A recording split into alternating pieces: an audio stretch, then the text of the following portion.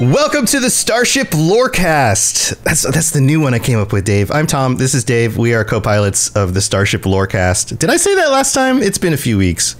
The Starship Lorecast. I mean, in reference to naming our Starship Lorecast, that's pretty good.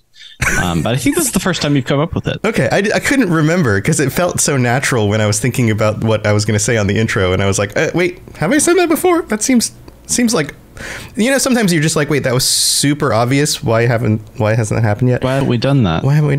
But welcome back, everybody. We are T-minus 1 week from launch, from early access launch, and Dave and I are super excited. We are gearing up. I am working on t-shirt designs for our upcoming Patreon because I want to give people the best and most interesting sandwich shirts I can come up with. And we're going to be announcing more about that next week as we roll that out. But for this week, in order to get you geared up and ready for launch, we have the current timeline of all the events that have been revealed so far. We're going to go over the timeline so you can get a sense of where you are in future history, what's going on with some of the stuff that we've discussed and kind of put it all together. But then we also have a Q&A that came out today with Pete Hines over at Gamescom, and he answers some more interesting questions, including New Game Plus is a thing in a Bethesda game for the first time. So we're going to dig into that in the second half of the show. So welcome aboard. We are gearing up for actually launching this Starship Lorecast in very short order. But Dave, let's dig into the timeline here. This starts off in the 21st century. In fact, not too long from now, the first date in the timeline is 2050. And this is when humans first arrive on Mars. And these are the words that Bethesda has used on the stuff that they've put out. So humans first arrive on Mars. Is that a first landing? Is that a first settlement? Is that a colony? We don't really know. Any thoughts on that one, Dave? I'm curious, starting off, I'm very curious in this official timeline of where the divergence is.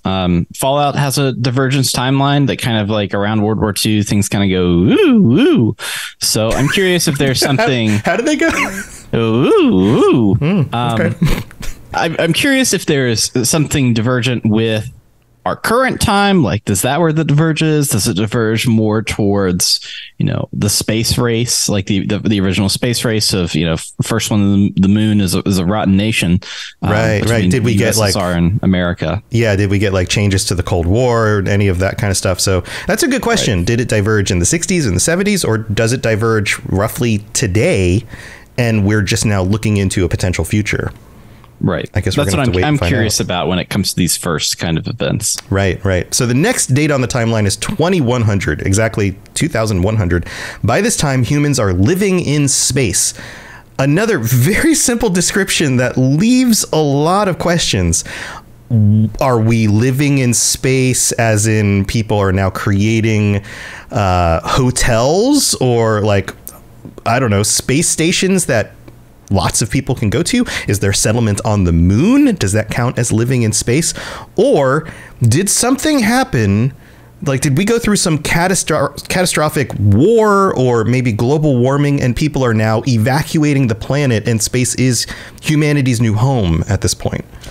Right. And the semantics is very confusing to me because, Tom, here's the truth is we are right now living in space. We're just on a really big spaceship. We're just on a really big rock that happens. Everyone's in space. Right. Duh. Yeah. So we move forward into the 22nd century. The 22nd century. I think I'm going to use, now that Futurama's back, I think I'm going to use my good news, everyone voice. Wait, is Futurama back again? It's back again. And it's really good. It's so funny. Good. Yeah, you should check that out. Go check out Futurama. All right, so here we have 2156. Humans first arrive in Alpha Centauri. I love my old man voice. So this seems like it takes them a while to go from 2100. It takes about, by my math, 56 years to get to that, like, fashion light travel that they are doing, or grav jumping, right, that kind of stuff. But we've got another question. Does grav drive technology help get them there, or are they traveling in some sort of close to light arc ship for 56 years or whatever, however long that is? according to your math, we don't necessarily know that they would have left exactly at 2100, right? Like they could have left years before that and sent people to Alpha Centauri. But is this maybe a colony ship because they can't live on Earth anymore? And so now there's a first settlement there because of that. That might be the case. I'd venture to say yes on that. So, yeah. So you think we're going to see a dead Earth, like a Earth that nobody lives on and everybody is now migrated out of it? Right. Yeah. That's kind of what I'm thinking. I mean, if you think back in like the, space operas and that kind of stuff, I'm trying to think Star Wars, Earth is in Star Wars. It's just that nobody lives on it and it's entirely just. Wait, empty. Earth is in isn't it in a galaxy far away? Earth is in Star Wars. But that's a different lore. That is crazy. I didn't even know that was a thing.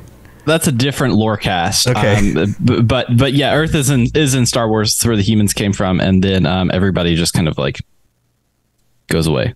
Weird. Okay. Weird.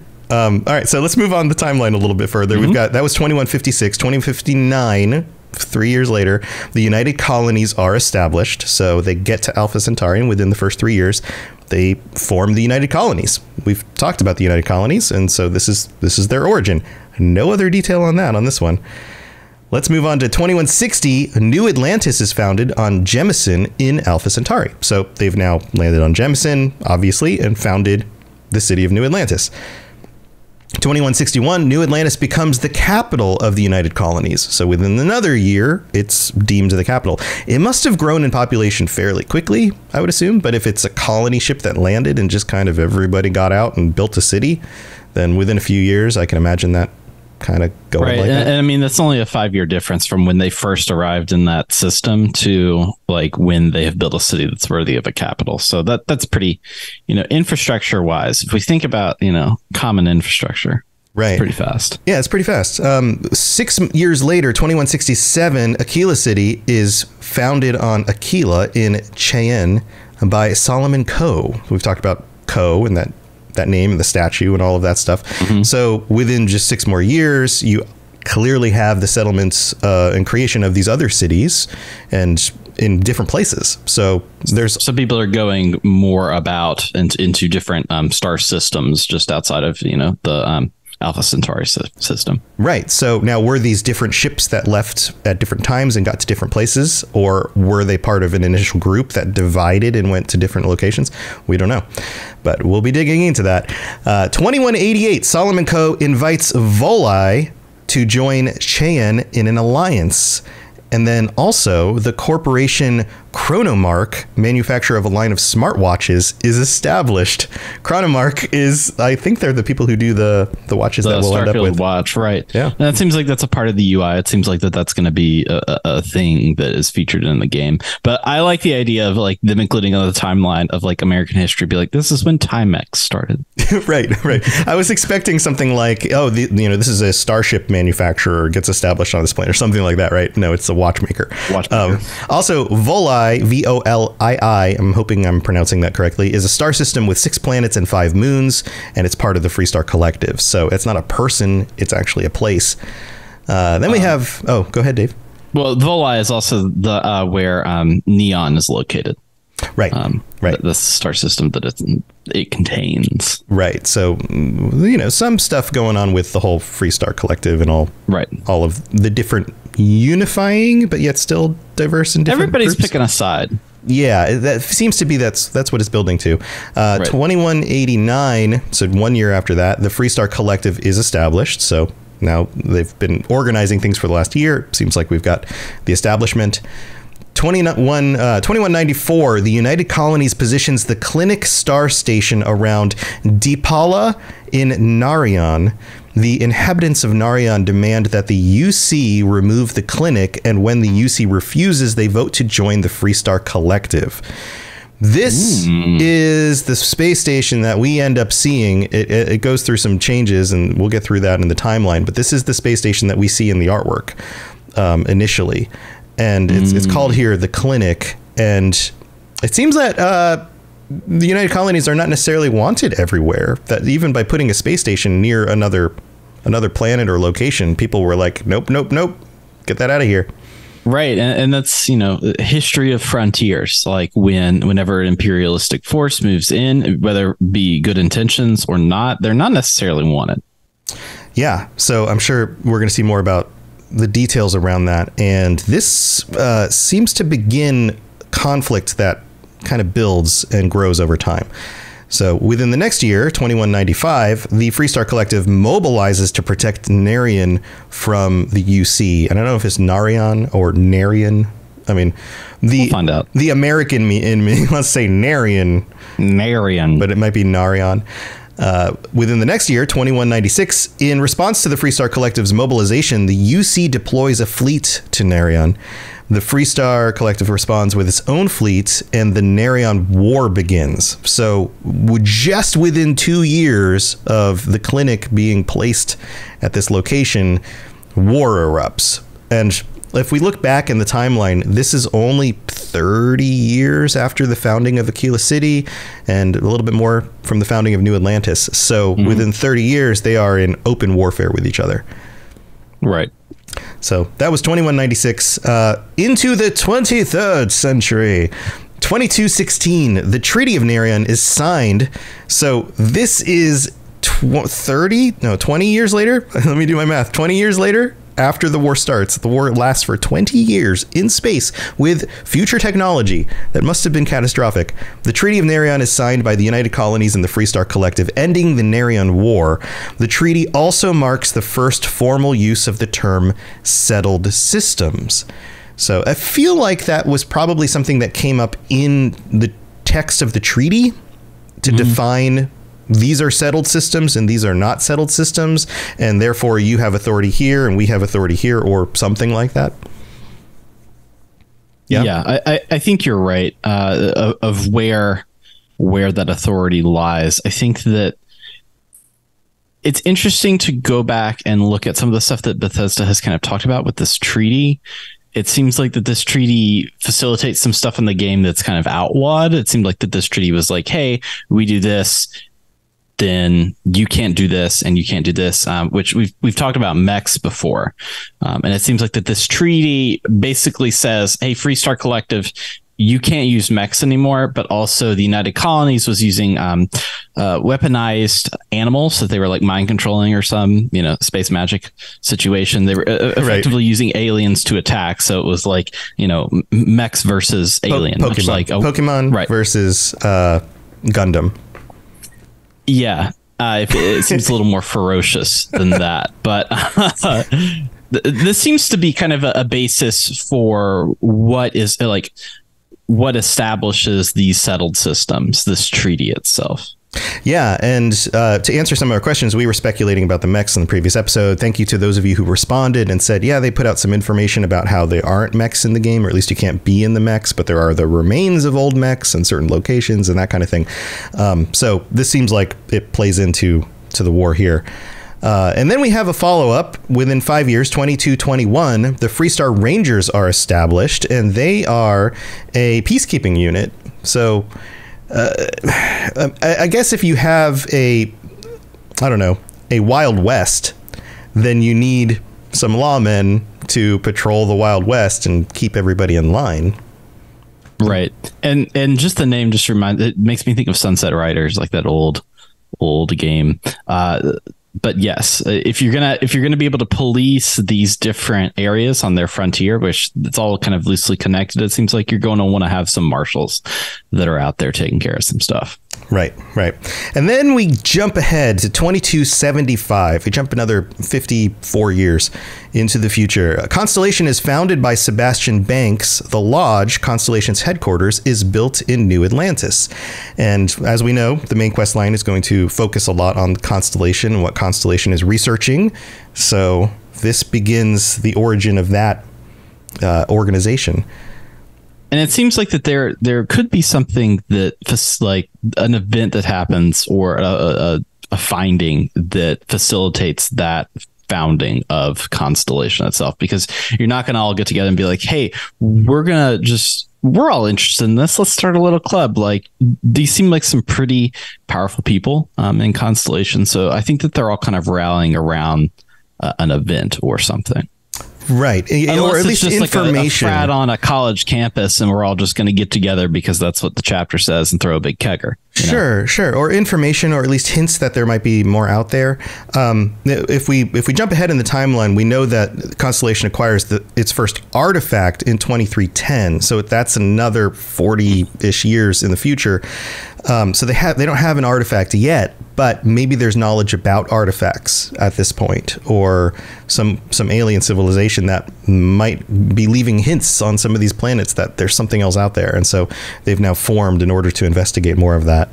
All right. Crop circles and all. Crops are getting crop circles on in New Atlantis crop circles.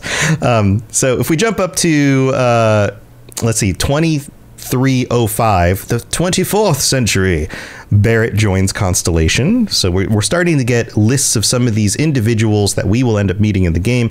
Barrett is the scientist, adventurer, explorer, and is one of the early members of Constellation.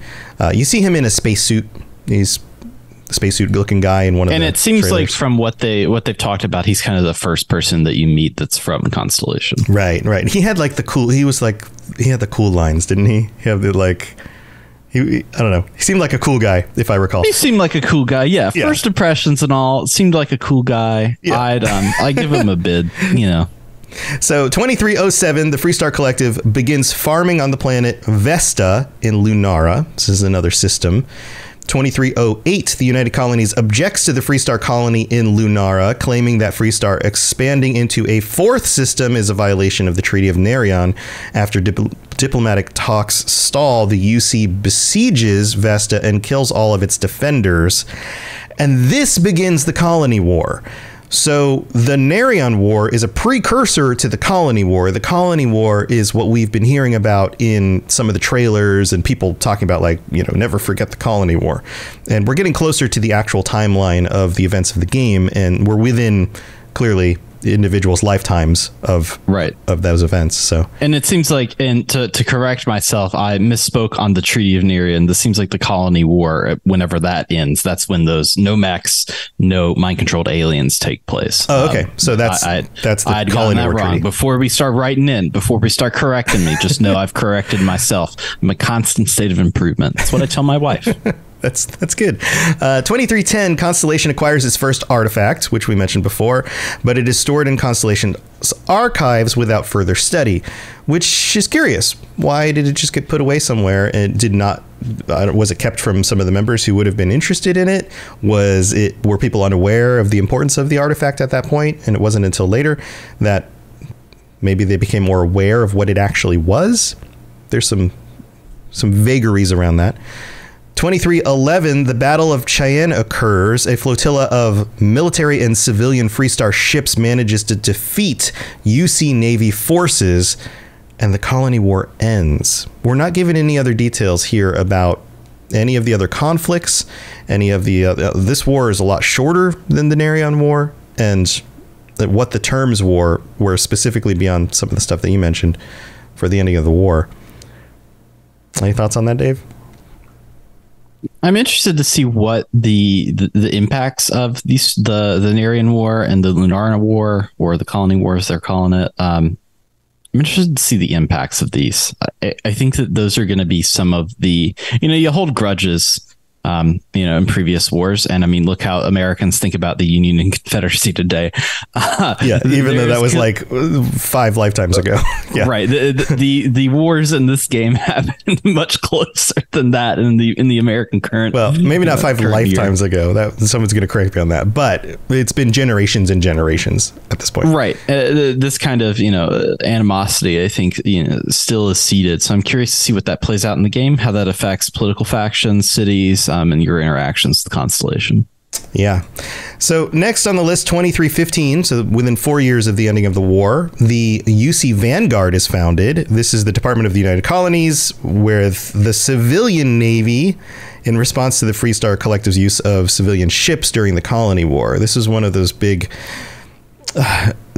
points. I think this is going to come up a lot.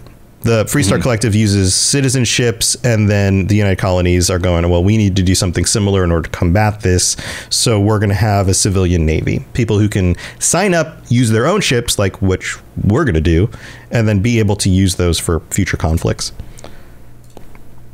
So let's see. Let's move on from that. We've got 4 years later. We have 2319. Sarah Morgan is promoted to head of the UC Navigator Corps. And Sarah Morgan is the acting chair of Constellation currently. So this is her the first time she shows up in this timeline. Right. And that's the blonde lady with the blue eyes that you see in the initial trailer. That's kind of like the hello. And I'm the leader of Constellation. What's up? How you doing? Welcome to Constellation. Yeah. Then we have 2320. The UC Navigator Corps is shut down and Sarah Morgan joins Constellation. So even within 1 year, the Corps gets shut down as she gets moved over. The details and reasoning for that, we don't know yet, but I'm sure it'll probably come up. We'll find out. 2321, the next year, Walter Shroud, co-owner of Shroud Uckland, joins Constellation.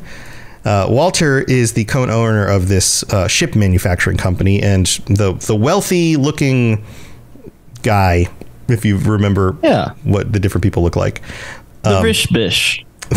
Okay. 2322, Vladimir Saul, a former Crimson Fleet pirate, joins Constellation. So now we've got Vladimir, who is one of these people we can bring on our ship with us. 2325, so 3 years later, Sarah Morgan becomes the acting chair of Constellation, and Matteo Catri, I don't know if that's how you pronounce it, a theologian, joins Constellation. So rounding out the other members of this organization. 2326, within the next year, Bennett uncovers the artifact in Constellation's archives. Barrett. I mispronounced the name. Barrett, the first guy that we noted in this timeline joining Constellation, rediscovers the artifact in the archives. And Noel, a graduate student and scientist, joins Constellation at Sarah Morgan's invitation. I have to assume that there's a reason why that detail is stated here. That Noel and Sarah or Noel. Is this Noel? Noel? Yeah. Noel. I'm mispronouncing it. It could be Noel. I mean, it depends. Yeah. Yeah. Noel. But there's a relationship there. She's younger. She's a graduate student. There's probably a reason why Sarah wants her there. We don't know why, but it's hinted at. Something. 2327, 1 more year later, Sam Coe and his daughter Cora Coe joined Constellation, and this is from the Coe family. So this is interesting. We now have an ensembled cast of different people from different backgrounds and different locations all together for the same purpose. I'm sure there's going to be some conflict due to that, different personalities pushing for different things. But seemingly, this is a big enough reason to bring all of these people together. Right. It seems like the Constellation is existing kind of as like everyone's kind of joining together from all the different factions, putting aside whatever animosity they have and focusing on a project effectively. Right. So let's get down to, these are the last two points on here. 2328, Andreja. I'm probably mispronouncing that name. Andreja, probably. Andrea? There you go. Yeah. Andreja with a J joins Constellation. We don't know a whole lot about this person. And then Constellation purchases the star station L868, which is the clinic, at Barrett's suggestion, and modifies it into the Eye, a deep space scanner. So clearly they're looking for things using the space station. And the space station, decades before, was very controversial and led to the Battle of Narion. So there's going to be some tie-ins with that for sure. And we first saw the space station, by the way, in the year of our Lord 2018, at the first Starfield reveal when they said that they were working on this game. This is the first thing that we see is this space station grav jumping. Yeah. So it's clearly going to be a very important piece of this whole puzzle. And then we get the last date, 2330, May 7th. The events of Starfield begin. That's the day before my birthday. Happy birthday, me. Hey, next day. Hey. Next day birthday. Next day. So one day after starting Starfield, I'm going to celebrate my birthday in game. Wow. Get yourself a sandwich. I'm going to have all the sandwiches. So that's it. So the actual date, 2330. This game takes place in 2330. It's been decades now since some of the other conflicts and this whole history is what we have to go on so far.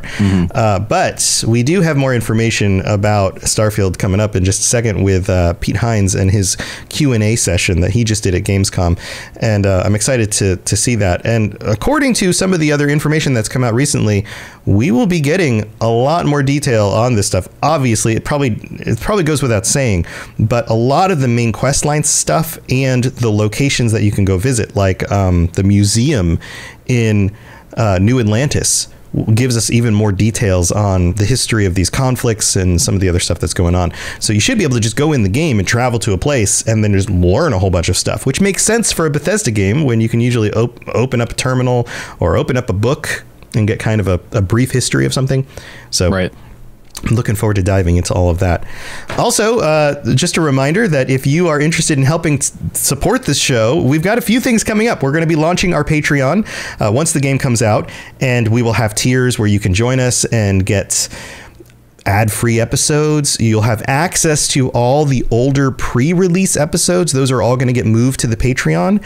So if you want to go back and listen to our crazy speculation and see how right or wrong we were, you can go check that stuff out over there. And also, we'll have things like t-shirts and other stuff going on, stickers, and I'm in the midst of designing all of that stuff right now. We'll have that up over there. So we'll announce when it's up and put the links and everything for you to check it all out.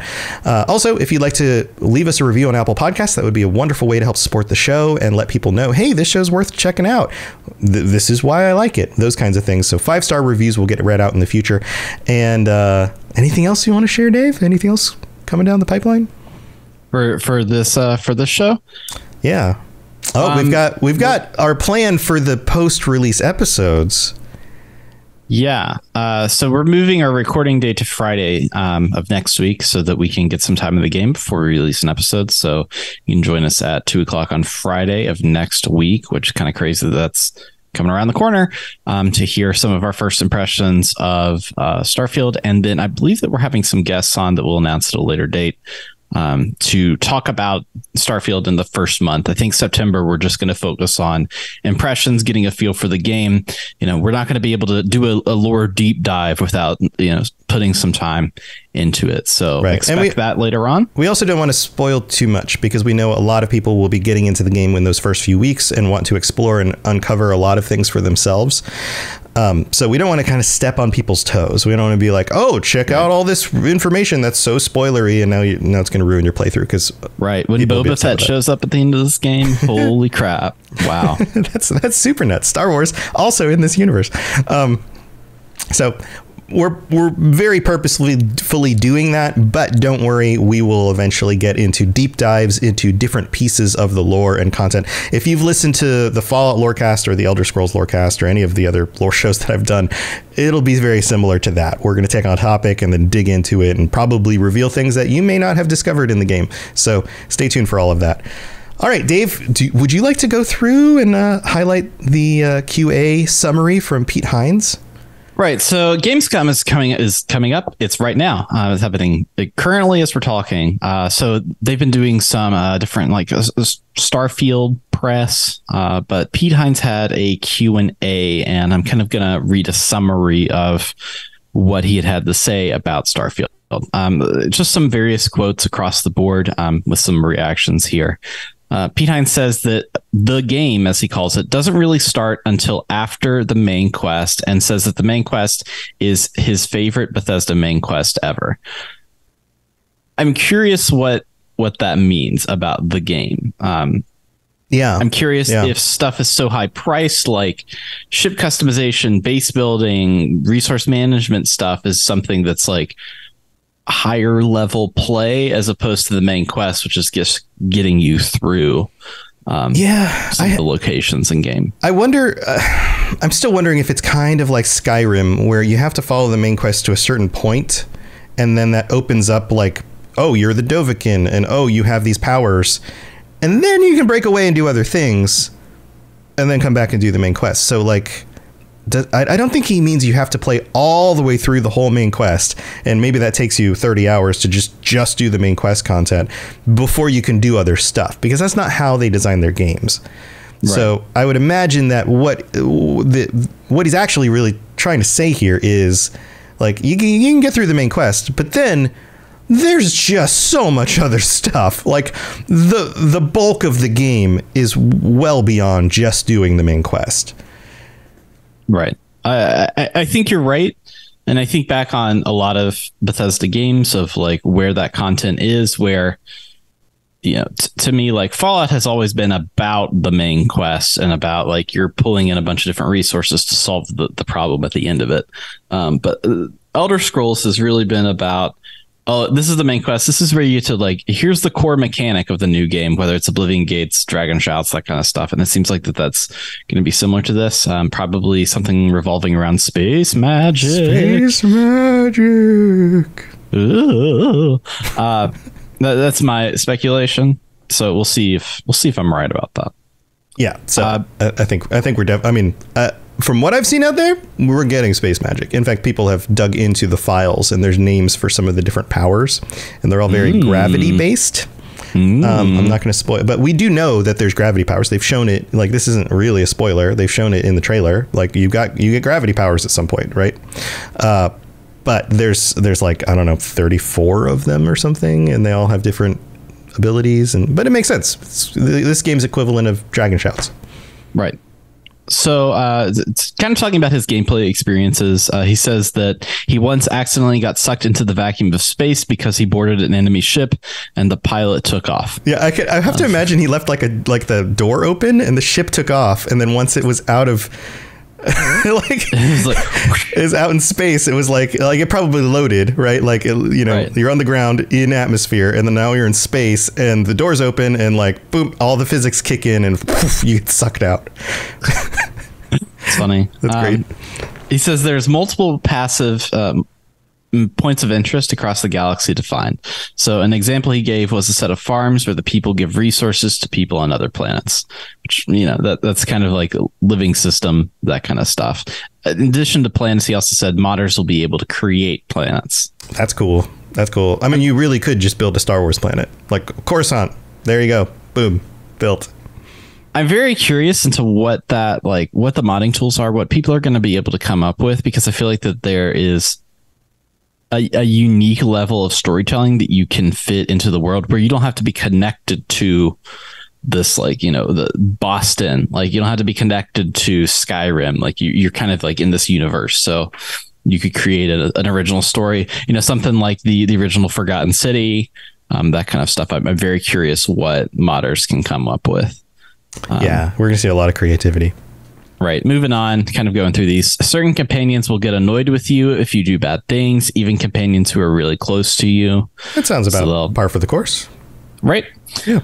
Lots of settlements with their own people in quest to find outside of the major cities. Obvious. New Game Plus relates to the main story, so he couldn't say a word on it. Says it's different from most New Game Plus mechanics and is rather special. I've never seen a New Game Plus mechanic with any... Bethesda game? Yeah. Bethesda game? Right. Mm-hmm. No, so I'm very curious what that is. This is brand new. And the fact that the game, later on, he says something about he's played 150 hours in his current playthrough, and he's not even close to doing everything. This feels like it's going to be, like a 1,000-hour game if you just want to go everywhere and do everything. So the need for a special, like a New Game Plus kind of special mode seems kind of curious, unless you want to revisit certain quest bits and play them again. So how that relates to the main quest, I don't know. It's kind of interesting. I'm curious, and they often, after the game is out, they add in a survival mode typically. I'm curious if that's any way relative to that, so we'll see. He says that he doesn't know if you can fly from planet to planet, as grav driving is much quicker, only takes a few seconds. It seems like that's something you could do. He's not sure because he's never tried, and I would imagine at what is it like in Star Trek? It's like the difference. There's regular speed, which has a name for it, and then there's when they jump. But at whatever the regular speed is, I would imagine it would take forever because it's just the actual distance between things.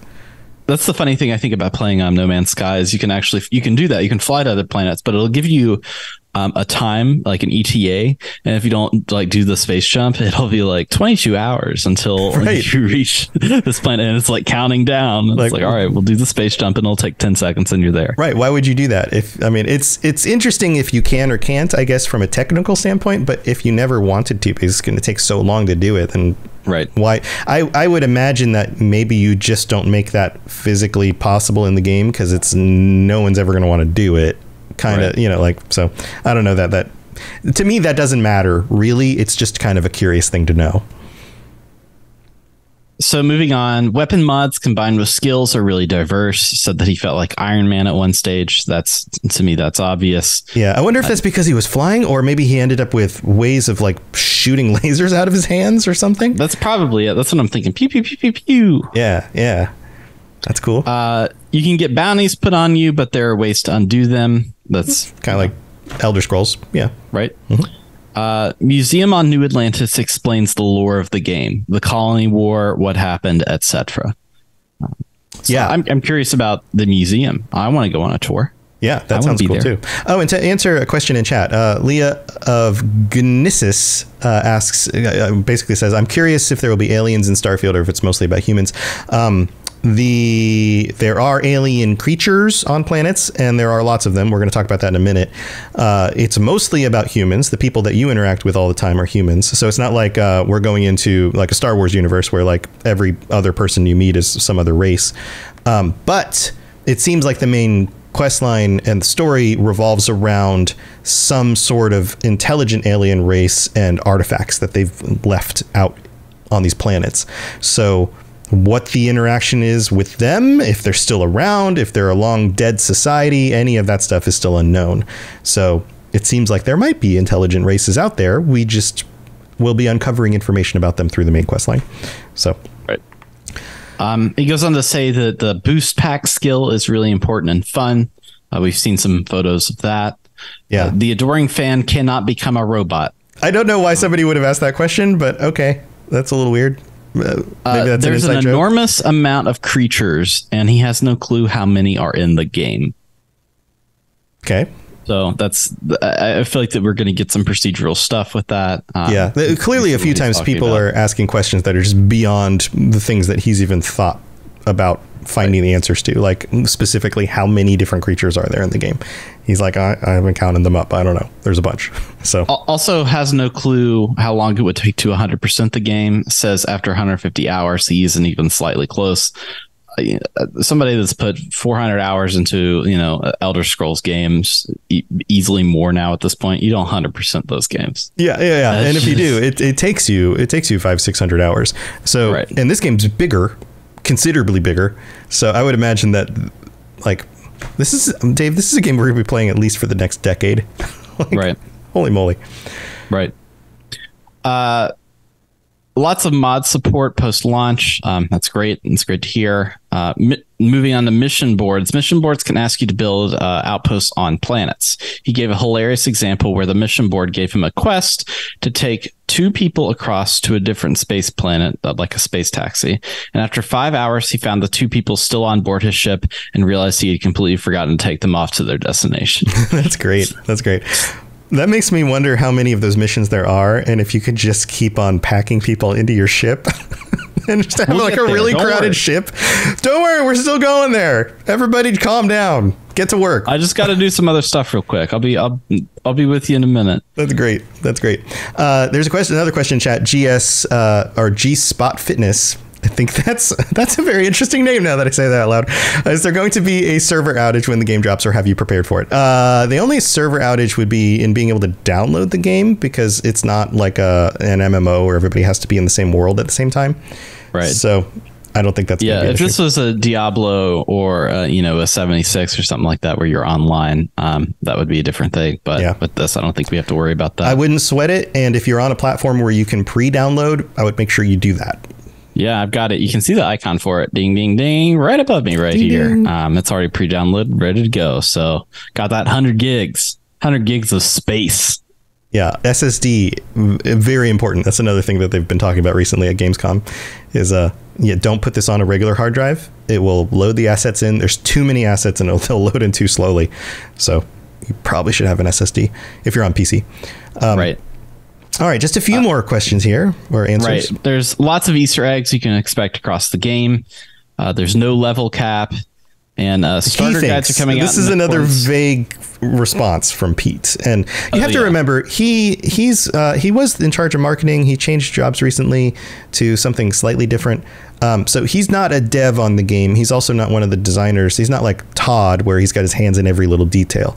He knows as much has been shared with him, and what he's been focusing on is slightly different stuff. So, right. So I'm curious if there's a level cap. We have never, other than 76, we've never had a mainline Bethesda game without a level cap, as far as I know. Yeah, that's true. I could be wrong about that, but I don't think at least the current ones for like Fallout 3 on. Skyrim doesn't have a level cap. I'm pretty sure. It doesn't have a. Are you sure? Doesn't it like top out at some point because like gaining experience becomes so incrementally small even once all of your attributes are like maxed out?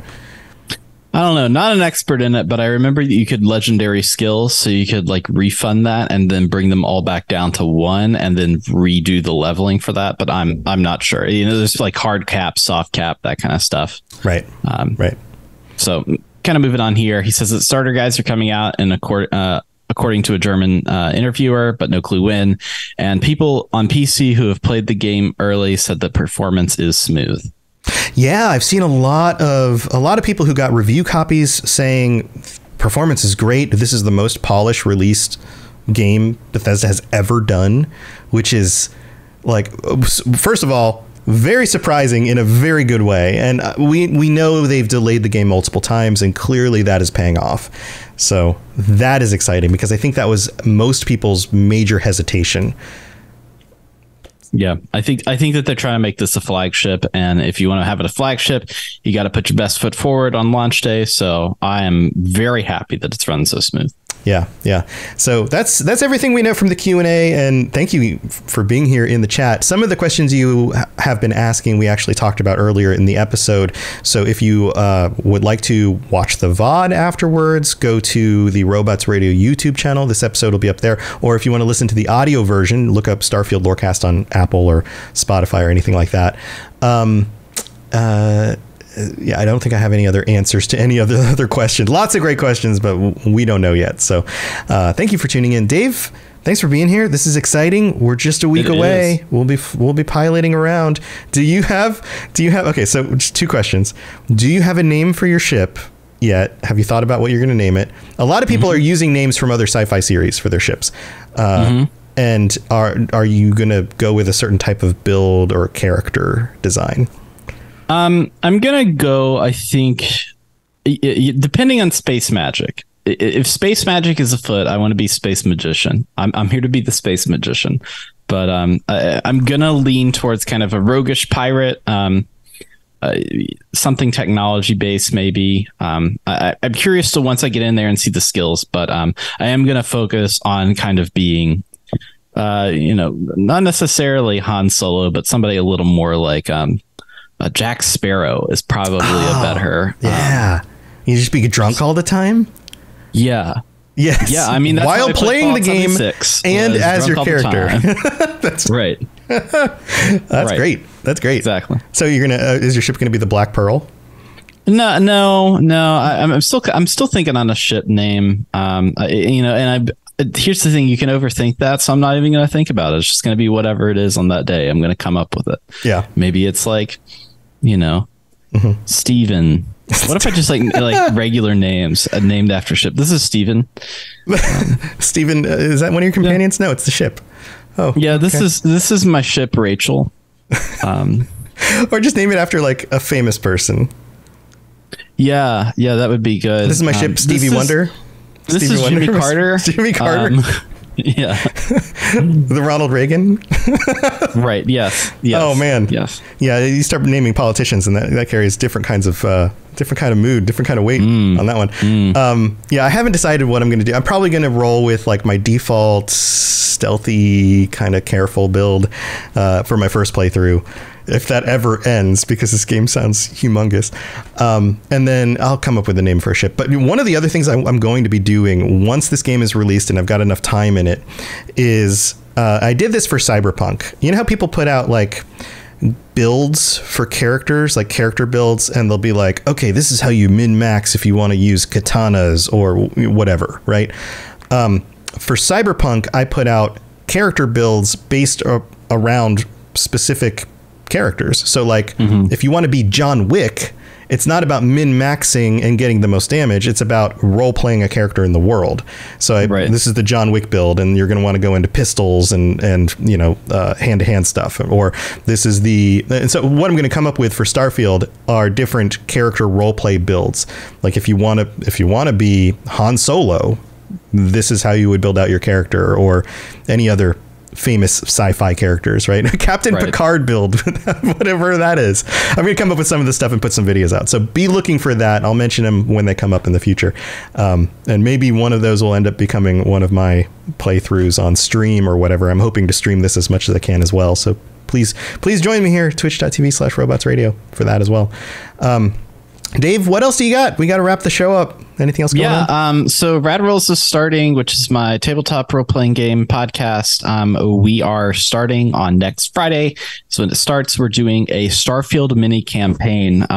It's set on a derelict penal colony ship from the Freestar Collective, and there is some strangeness afoot. There's some interesting characters that are kind of being rolled around with what they're doing. I am playing a robot character, actually, much like Vasco. But imagine if Vasco's like, he's just been like on too long, and he's kind of like a real snarky kind of smart ass. That's kind of what I am playing.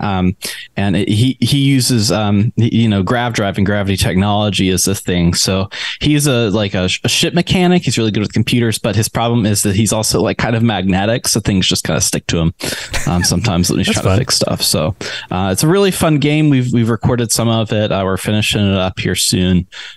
So you'll be hearing that all September long. That's Rad Rolls. That's on YouTube. You can watch the feed on there.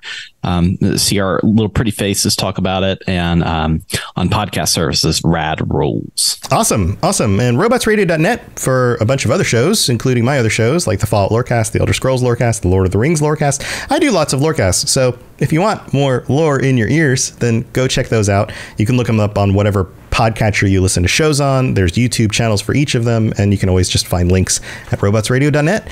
Thank you for tuning in. I love all the chat. Thank you for being here. And Dave, I'm super excited to dive into this. By the time we talk on Friday, we will have been in the Starfield, my friend.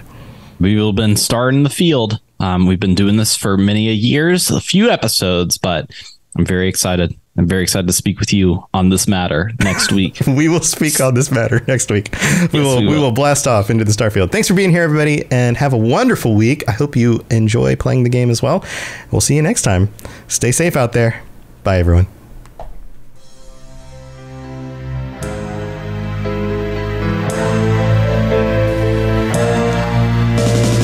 Thanks for listening to the podcast. We hope that you enjoyed this show. Did you know that parodies are copyright protected? Tell a friend and review On iTunes. or other services. Dave and Tom excited for Starfield.